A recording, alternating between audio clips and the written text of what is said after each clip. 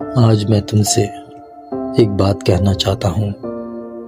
اگر تمہارے گھر میں تمہارا باپ زندہ ہے نا، تو تم دنیا کے امیر ترین لوگوں میں سے ہو۔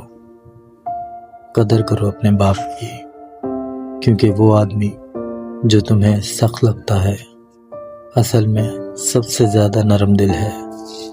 وہ روتا نہیں، اس کا مطلب یہ نہیں کہ اسے ڈر نہیں ہوتا۔ وہ تھکتا دکھائی نہیں دیتا، اس کا مطلب یہ نہیں کہ اس کا جسم پتھر کا ہے۔ اس کی کمر جھک چکی ہوتی ہے، مگر ذمہ داریاں ابھی بھی سیدھی کھڑی ہوتی ہیں۔ اس کے بال سفید ہو جاتے ہیں، مگر فکر کبھی کم نہیں ہوتی۔ یاد کرو وہ دن جب تمہاری چھوٹی سی خوشی کے لیے وہ اپنی پوری تنخواہ اڑا دیتا تھا، خود پرانے کپڑے پہن لیتا مگر تمہارے لیے نیا لے آتا۔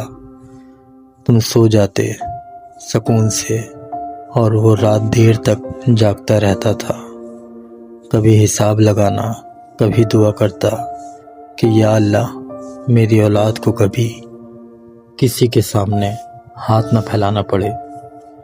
قدر کرو اپنے باپ کی، کیونکہ جب تم گرتے ہو نا تو سب سے پہلے اس کا دل ٹوٹتا ہے، مگر وہ پھر بھی تمہیں سنبھالتا ہے جیسے کچھ ہوا ہی نہیں۔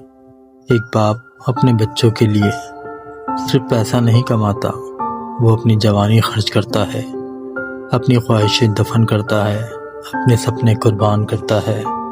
اور سب سے دکھ کی بات پتہ ہے کیا ہے؟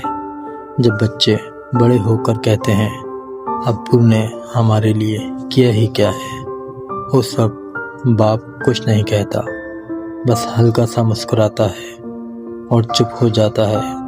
لیکن اس کی خاموشی میں ہزاروں ٹوٹے ہوئے خواب چھپے ہوتے ہیں۔ ایک دن آئے گا جب تم گھر آؤ گے اور وہ کرسی خالی ہوگی جہاں وہ بیٹھا کرتا تھا۔ تم آواز دو گے ابو، لیکن جواب صرف خاموشی دے گی۔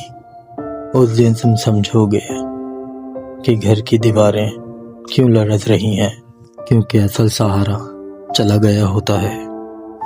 اس لیے دیر مت کرو، آج ہی ان کے پاس جاؤ، ان کا ہاتھ پکڑو، ان کی آنکھوں میں دیکھو اور صرف اتنا کہہ دو ابو میں آپ سے محبت کرتا ہوں اور مجھے آپ پر فخر ہے۔